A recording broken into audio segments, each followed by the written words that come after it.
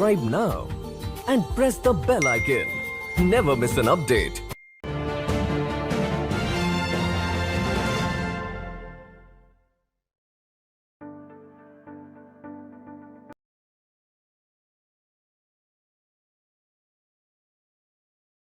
Namaste, konnichiwa. Welcome to the thenupurtewarishow. Let's talk business.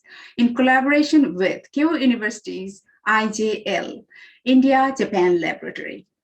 The Business Insight to celebrate 75th anniversary of our independence, which is called Azadi Ke Amrit Mahotsav, and 70th anniversary of India-Japan diplomatic relationship.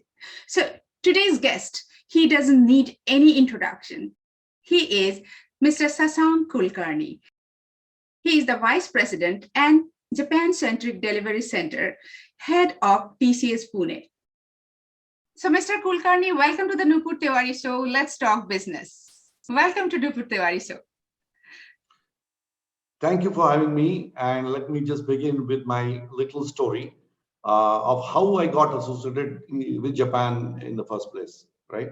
Yes. So it was in college days. It was my engineering days in Pune, India, where I started learning engineering. And in the second year of engineering, I was kind of thinking, what should I be after doing my engineering? What should be my area of expertise should like? So just out of interest, out of drawing pictures, actually, I thought maybe nobody is going to learn Japanese. Okay, Chinese is too hard for me. But let's start with Japanese, and also keen interest in biking, keen interest in motorbikes and things like that. In those days, Hondas of the world were entering, and they were kind of having a very different image at that time. Made me enroll into Japanese learning. Okay, and I learned 3 years Japanese diploma in Pune University. It used to be evening course, alternate days. We used to meet. Tired literally from the college and try to spend time and learn from our teachers. I used to have a Japanese teacher actually, and I happened to be very fortunate. I thank her even today for my Hatsuon and making me correct that Hatsuon at the beginning itself, and even IUAO from her. Actually, I happened to learn Michiko Tendulkar-san. So you, Amanistan. Oh. Michiko Tendulkar. Yes. So she Wow. married an Indian person, and she used to teach us the certificate course. And after that, I got into my journey in my official days. In TCS, I got first chance only because of Japanese language to go to Japan in 1993. After that. So you came to Japan in 1993. Yes. So how was your first experience discovering Japan? So I still remember my landing in Narita. I got into the limousine, and I was watching outside, and I could see Yoko So Nioe, written Yoko there. So Nihon, huh? That is the first time ever that I felt, oh, good, my God, I can read the complete sentence in Japanese, which is phenomenal. So that was my first impression. I still remember traveling to Shinjuku. And from Shinjuku, I went to Chuosen. I think it was a station after Shibuya. I don't remember, but I think it was Chuosen, orange color line. And that is the place where I stayed for a couple of months, actually. Wow. The first time the young guy came to Japan. Yeah. And technically, the work as such, if I were to, just elaborate, since there are technical people watching this, wasn't exciting for me. Okay, the technical work was into some new machine that I never worked on. It was a support project. I had to be on my toes always. So it was a mix of both. So I was kind of worried about what exactly is going to be the job that is going to be there now for me. So the 3 months, actually, since we started with your experience about Japan. So 3 months, did you have any problems of like eating or anything in Japan, food related problem? Because 1993, I think at that time there are very few Indians in Japan. Yeah, absolutely few Indians. So in fact, it's to be rare to even see Indian face True. in anywhere. Right from my travel from Nakano, I remember now the station name. Nakano. Nakano to Thenupurtewarishow was my monorail station, right? Okay, okay. Where is my used to be my office. So there used to be no Indian faces to be seen in the whole journey. Okay, that used to be the case. Food wise, I was a bit of flexible person, but I actually became very self sufficient very pretty soon, and I found it very interesting to go and have a lot of raw fruits and raw food, which used to be phenomenal. Though at that time I wasn't not eating much of meat. Okay, later point I got used to it, and I was started enjoying even the non-vegetarian Japanese dishes at that time. But in the beginning, yes, a little bit of problem, but not much related to food at all, actually. This is very good information, Sasan-san. Actually, today also I get a lot of this kind of text, and I see that people are writing that I'm a vegetarian and coming to Japan, working for different companies. So, should I come to Japan, because I have heard that Japan is not, very friendly with vegetarians. So, the way you are saying that the whole fruit and the other things also are there, and 1993. These days there are a lot of options. I would like Absolutely. you to inspire them a little bit. Yeah. I don't think anybody who is a pure vegetarian, in fact, I would say pure of the pure vegetarians, because there are in India people who are not going to be liking certain type of food items. Like for example, some people definitely don't want to eat honey. Okay, some people don't want to eat things which are under the soil. There are some people whom there are certain vegan food lovers. Right, there is a wide True, variety of people. I true. don't think today, and I think I should expand this to even other countries. And soon I'll be talking about global part of it and how do we actually become global citizen in the new age right now is the thing that everybody young need to be having in their mind, be the person is in India or in Japan or anywhere else in the world. The True. openness to welcome different tests is part of your openness to accept and to experiment. There are going to be tests that you firsthand are not going to be liking. There are going to be situations, behaviors that you're not going to be liking. But in that case, you have to think why that is the case, right? Is this Yes, bad? Is this bad or is this good? Yeah, we have a tendency to classify good and bad very quickly. Okay, true. uh, I would rather stop that, and I would rather encourage youngsters to say that this is an experiment. Let me continue my experiment and do and be there. And I'll tell you, literally on the station I used to disembark, there used to be tempura shop, and there used to be a smell that I used to hate in the beginning. After some time, after a year's time, I used to enjoy tempuras on the same thila, as they call it, right, in India, Yes. right? There was no problem at all, and I gotten used to it completely. And that actually is thanks to little changes that I made happen or let happen in my mind about the behaviors, about different food items, about different things that are necessary for a particular section or particular gemba to work. Okay, and I believe that is the same logic is possible to apply in the workplace also, where there is definitely an amount of give and take which has to happen. Very rightly you said, Sasan-san. Yes, you have to have the flexible mind. So you made your mind flexible first. Then you Yes. could, yeah, then you could accept that any food, whatever you choose. It's not Yeah. before that we have rigid minds. So we decide before that, no, I'm not going to do or eat that. So, Yeah. It yeah, doesn't, that, by the way, also to be misunderstood that it's a compulsion. Okay. Please true, don't true. misunderstand that it's a compulsion. You are free to choose and continue to choose your food. There's no True. problem. True. Okay. But if you want to experiment, absolutely fine. But keep your mind open and let people be who they want to experiment with other things. Let them be experimenting. There is no harm in doing and accepting those people also as good friend of yours.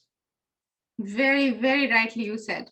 So since we're talking about the difference of food culture, so here we'd love to know about the difference of working culture. As we all know that the difference of working culture we have in Japan and India. Yeah, So, yeah. so your experience definitely would be very much enlightening. So, I mean, it is extremely difficult to put it in one way or the other. It is a topic where there are lots of books, lot of literature, lot of viewpoints, right? Yes. Being shared, being put on the various media items and so on, right? So I'd like to really put it extremely simple way. Okay, so typically when you're talking about a work culture, there is often a trade-offs. Okay, and there is nothing right or wrong about those trade-offs, right? I want to do a procedurally. I want to achieve the results procedurally. I want to achieve results by taking quick decisions, right? I want to go top down. I want to go bottom up, right? I want to say that things will be A way or things will be B way, right?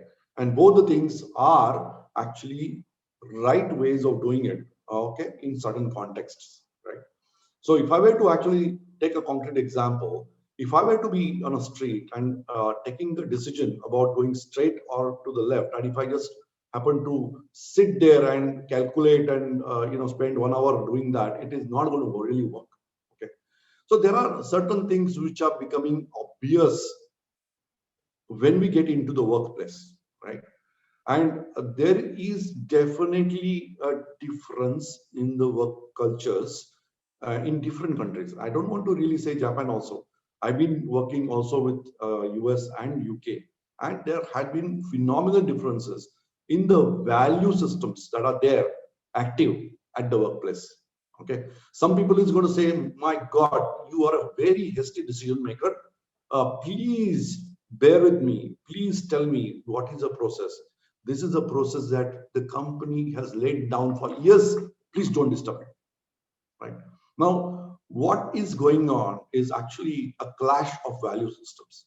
Now, what actually is necessary is to, again, going back to what we just discussed, is to really study the mindsets a little more and also come down to actually a situation where it's a street that we are talking about, where there's a left or right decision to be done in a quick manner, or it's an investment decision to be done of certain value, or it is a big, huge strategic decision to be taken saying that I'm going to acquire a company today, right?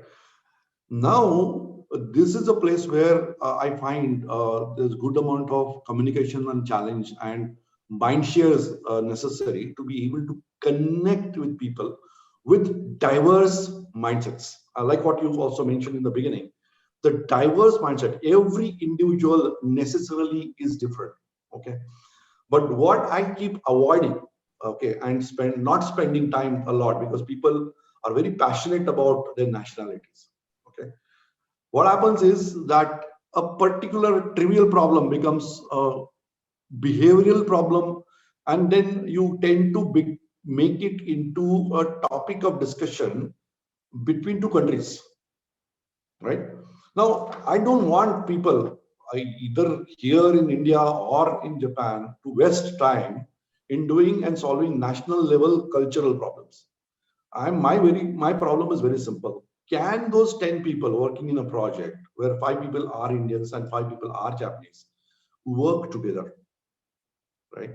So working together, and I've found that many times, in fact, all the times, the problem are resolvable by creating a common goal which is understood and which is accepted by all the members, right? In short, what happens is, whether it's a big decision or a small decision, dynamically the team takes care of the decision making and comes to me as a manager saying that this is our recommendation, and that is the final recommendation, and we go by. So there is a consensus building, which is a Japanese style, but it is also a quick decision making, which always we encourage people to adopt. Okay, and what actually happens in the process is the people in the project, they actually are transforming themselves with each and every day of interaction. And that's the reason why I often tell my customers, I'm extremely proud to create such a work culture across two countries for last 6 to 7 years after the formation of the joint venture. And we actually have this dedicated center in 5, 6 different cities in India now, with 5,000 people working for Japan. Okay, how did we create that ecosystem? Is because to really solve those day-to-day problems, to be able to encourage people to work together better, right? And of course, there had been and used to be language problems, so we have a dedicated team of language experts who help us communicate sometimes these key messages with the two parties, either within India or within Japan or across.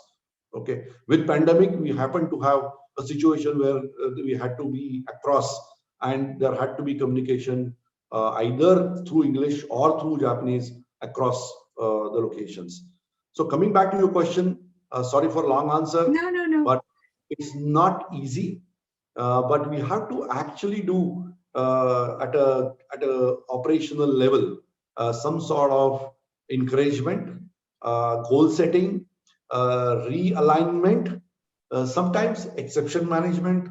People will come back with some sort of frictions, and make sure that ultimately, finally, we as a team working together with a common goal to service our customers. Very beautifully explained. And actually, I can summarize it saying that the mindset should be flexible. The way that your first question also you answered, the flexibility, to understand, acceptance. I think. Acceptance, experimentation, Yes. openness to learn, openness to make mistakes also. Okay. Yes. Now in our industry, there is a trend, new trend, which is called agile way of working, right? Now that is in stark contrast with a very traditional way of recommended by Japanese, companies, which is the step-by-step approach of doing work. Okay, and this is typically extremely, apt or applicable to a manufacturing type of setup where we have to design. Okay, we have to spend a lot of time in designing. Maybe it's a chemical factory, maybe it's a manufacturing plant. Okay, we have to get down to literally a bolt, and I can do that when it comes to mechanical industry. Equivalently, if I were to say that can I say so in software I can write a single line of code, or can I actually specify single line of code? Impossible in software. And that's where the problem is today. For most of our IT folks who are listening to this, need to openly accept the fact that the software is never ever going to be as perfect as a car or as perfect as a mechanically built entity. It could be building also, which is most critically physical.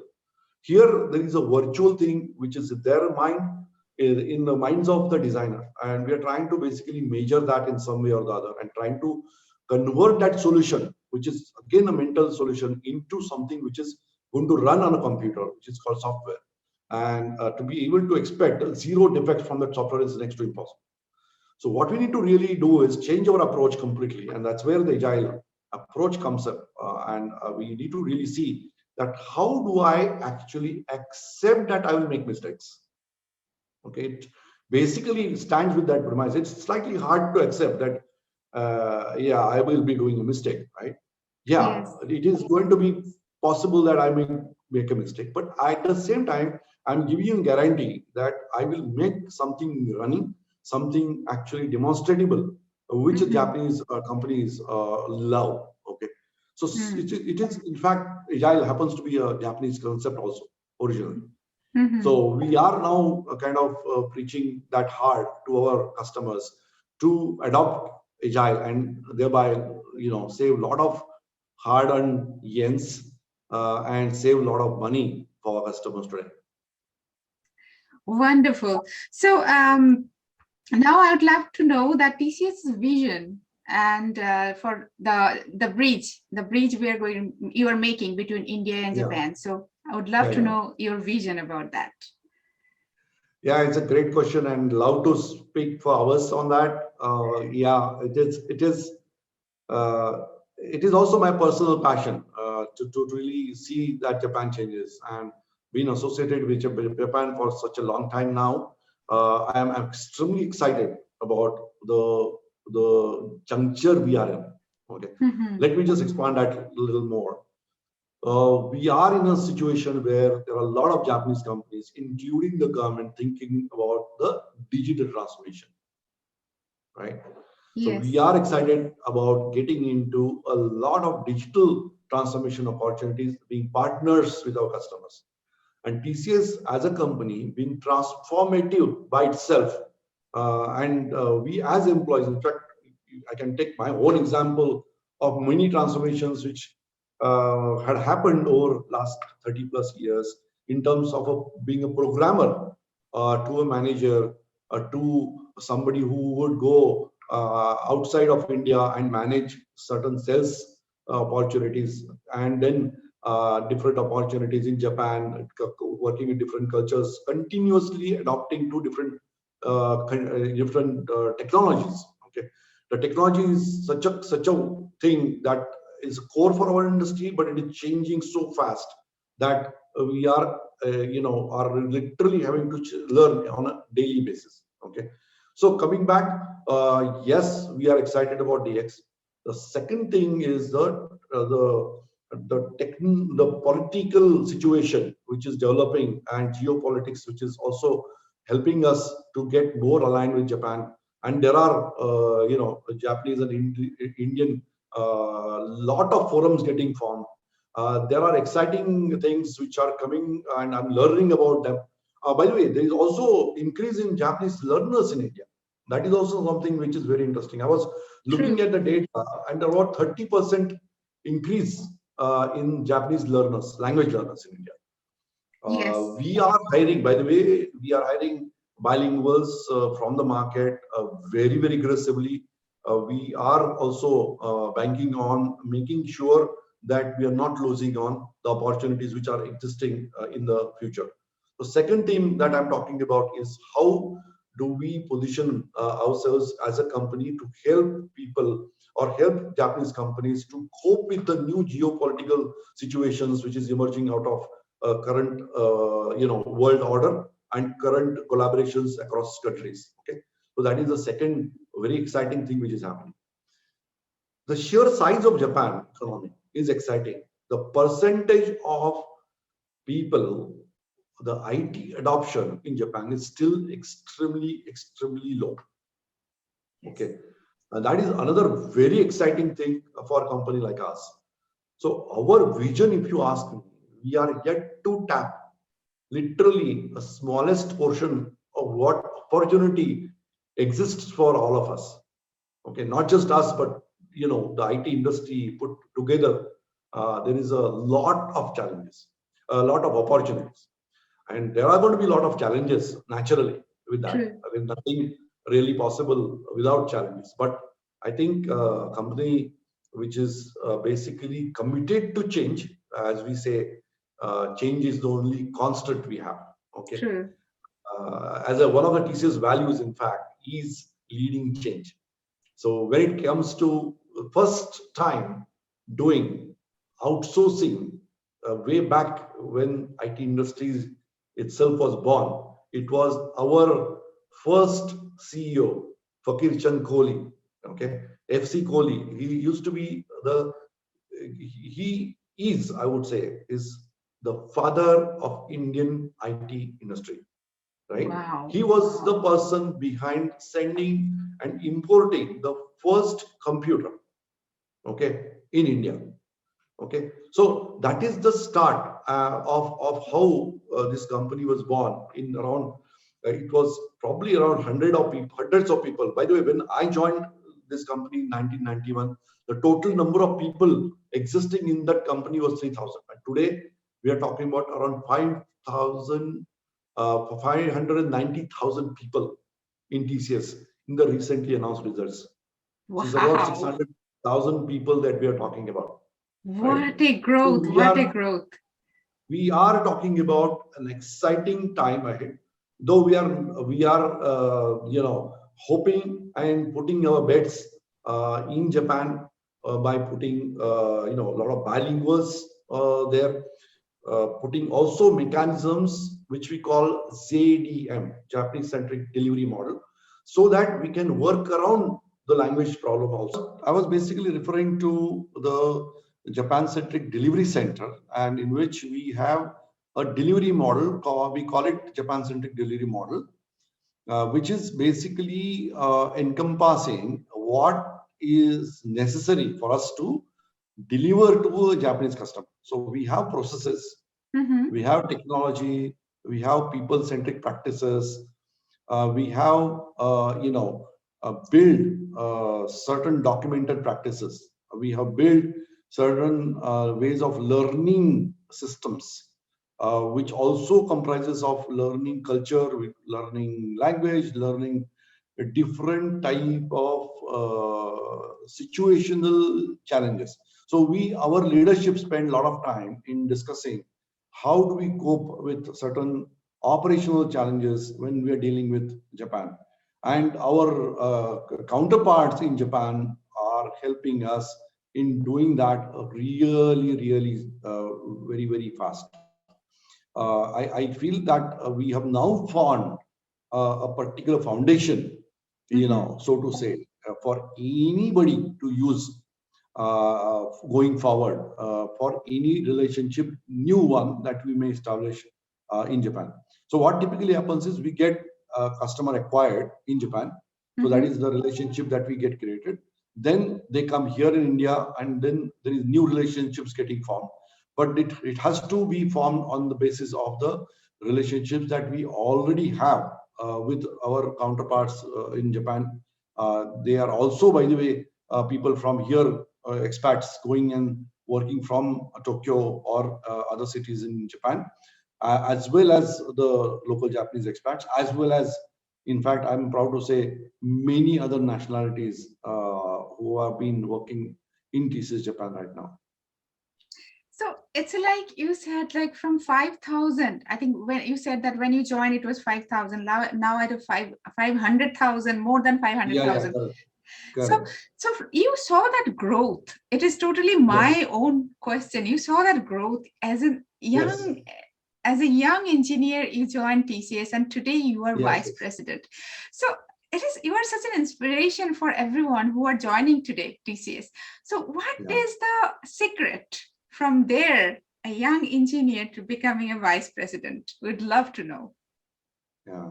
So I think it is just not me. There are many people in TCS today who have done that journey, including our chairman of Tata Group, Mr. Chandra. Okay, Chandra-san happened to be also a inspiration. He happens to be inspiration for me and many others in TCS today. He has been a trainee, okay, in TCS. He joined as a trainee. Today's CEO, okay, COO also, by the way, is also happens to be joining TCS as a trainee. So there are many cases like me. First of all, there is literally, I must say, it is, if at all it's a secret sauce, people would be replicating it, but they have not been able to replicate it. I would proudly say that it is a Tata secret sauce, and it is the uh, going and creating a system of people, continuously nourishing it and changing it is also part of the story. It is not very easy to imagine that a company will last for such a period of time. In fact, I've been giving examples of what were our competition at that time and what is our competition today. They are very different set of companies, uh, and there are reasons, very strong reasons for that to happen. And I think what we share among ourselves is really a very nice bonding. a culture that is unique to TCS. So some years back, it used to be said that some people, what is the IT industry in India? It will be comprising of three things. Okay, three types of people. So one type of people we will definitely find in TCS. Some people, the second category, will find TCSers who have left TCS and joining some other companies and developing other companies. And third category will be aspirants who want to join TCS. That will be 90% of the IT industry. That is how it was said in those days. And I think we've come a long way. We are, in fact, taking a big step this year by restructuring. This takes courage. This takes risk taking. This means a lot in terms of people internally taking their career risks because their portfolios will be changed. Their profiles, roles will be changed. Their bosses will be changed. Their teams will be changed, right? So the whole internal ecosystem of people is changed for leaders every now and then. For example, for me, when I joined this organization, I was a very different role earlier. I used to manage BPS operations for healthcare for TCS. Okay, totally different area. My operations or my focus area used to be America a lot than any other country also. So, what is the secret sauce? Continuously change. Okay, what is the secret sauce? Learn from each other. Share is another very important thing. And I love the third part, which is make it a joy. Make it a joy for every stakeholder. Life is not going to be very successful if you don't have smiling faces around. You don't have chats happening around. You don't have informal connects happening around, right? So the secret sauce is also having a lot of friends around you, right? To whom you can share. Like I was giving you an example of me sitting yesterday in the corner and chatting with my colleague about how life has been, in Corona period, right? I in fact shared some of my own personal circumstances when I went through my own Corona infection exactly about a year back, how it was like, right? How it was like to be knowing that there is going to be no hospitals around. They are all full packed in India at that time, right? It was a very difficult period for many, many families around us. So how do we share? How do we bond? How do we basically let the people share? Those things which obviously in a professional setup, it's very difficult to share, but encouraging people to do them and having those impersonal, unofficial type of personal connect is the key thing, is what I personally feel. I've been there in this company for all my life, and been exposed to a lot of companies from the customer's standpoint. So that is my, so to say, uh, reasons for that growth, and to be able to proudly, associate that growth with personal passions of making that success happen for the company, for myself as well in the same time. Wonderful, wonderful. So it's a smiling faces, and smiling faces are coming with trust, faith, and definitely there are a lot of transparency between the colleagues. So, and Yes, the trust is coming with that, and that's why people that's can it. share things with you. Absolutely. And by the way, one thing I must highlight is that in young minds today, I find, I know there are things going not right, okay, Yes, around me right now. And there will be always things going not right around you. Okay. yes, true. It has to do with the company, it has to do with something that you may personally feel. Hmm. But out of all this, I think what matters a lot is to actually have some patience and to own the systems up, okay, and to be able to change them over a period of time. That type of leadership and ownership I expect from the youngsters, which can go a long way for a company like us, and many others, whom expect these youngsters, a lot of investments are being done and a lot of expectation from them. And that is the reason why I think one need to believe in themselves to change and to be able to, have some patience to change, own the systems and change them if required. And there will be definitely a fun element associated with that whole transformation, that they may get it from zero to something which is running in front of them over years. It will never happen overnight. Exactly. And the self-confidence, patience, faith, trust, everything we can see on your face. And that's why you are glowing. Thank you. So, though you have already answered the question, but still I would love to ask you both countries' youth, because you are dealing with both countries' youth, India and Japan. So now some message for youth of both countries. Yeah, two things I would like to say on the official side. Two things I would like to say generally, person as a person. The first thing that I'd like to say is that please connect with people. We are missing it. We are undermining it. Maybe at to certain extent, we are not having an opportunity. The doors are opening up. Please meet people. To please make mentors. Mentor-mentee relationship is a very powerful relationship in official context when it comes to any business, or even otherwise in the educational context. Please don't hesitate to ask questions. Please encourage your colleagues and you to interact, and even your gurus, whoever it might actually be, have an interaction. Okay, that is my first message. Second message is to, I think, be very open. The world is changing. There is going to be a global thing which we need to think about in years to come. So I think intercultural aspects, being open to different ideas, being open to cultures, being open to language, learn language. I think whoever has an interest, even though you are not having interest, it is fun to actually interact and put some local language sentences to put a smile on somebody's face. It's amazing. It's no, and I found it very personally true on the streets of Japan, where I used to roam around and say, "Ogenki desu ka?" とかいろいろね、挨拶することを全然構いませんよ。So it's like really amazing smile that you find on people's face. So that's the second message.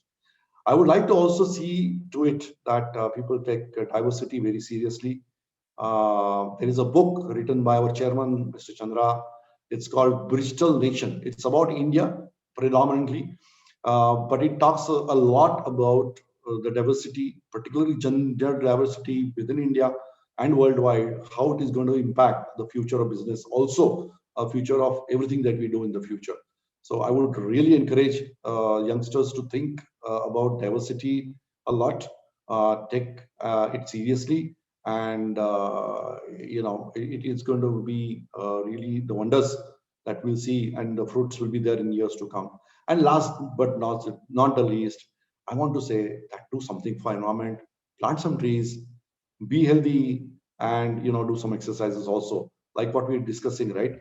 Be natural, be close to nature. Don't eat those packaged foods that you are becoming fond of.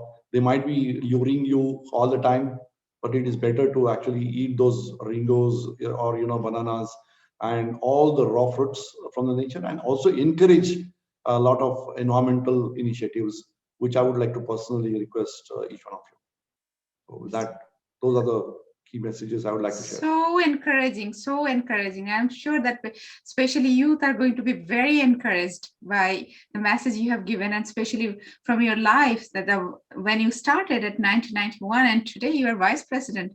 It was incredible talking to you, Mr. Kulkarni. It was incredible. Thank you very much, Nupur-san. It has been a pleasure. Thank you very much. So, viewers, it was Mr. Sasank Kulkarni, Vice President and Head of Pune TCS. So, Sasank-san, really thank you. I'm so grateful, and I have learned so many things, and I'm looking forward to interact with you in the future. So here I'd like to say namaste and arigato gozaimasu. Namaste, arigatou gozaimasu. Thank you very much.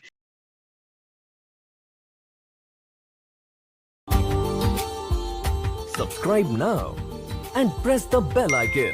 Never miss an update.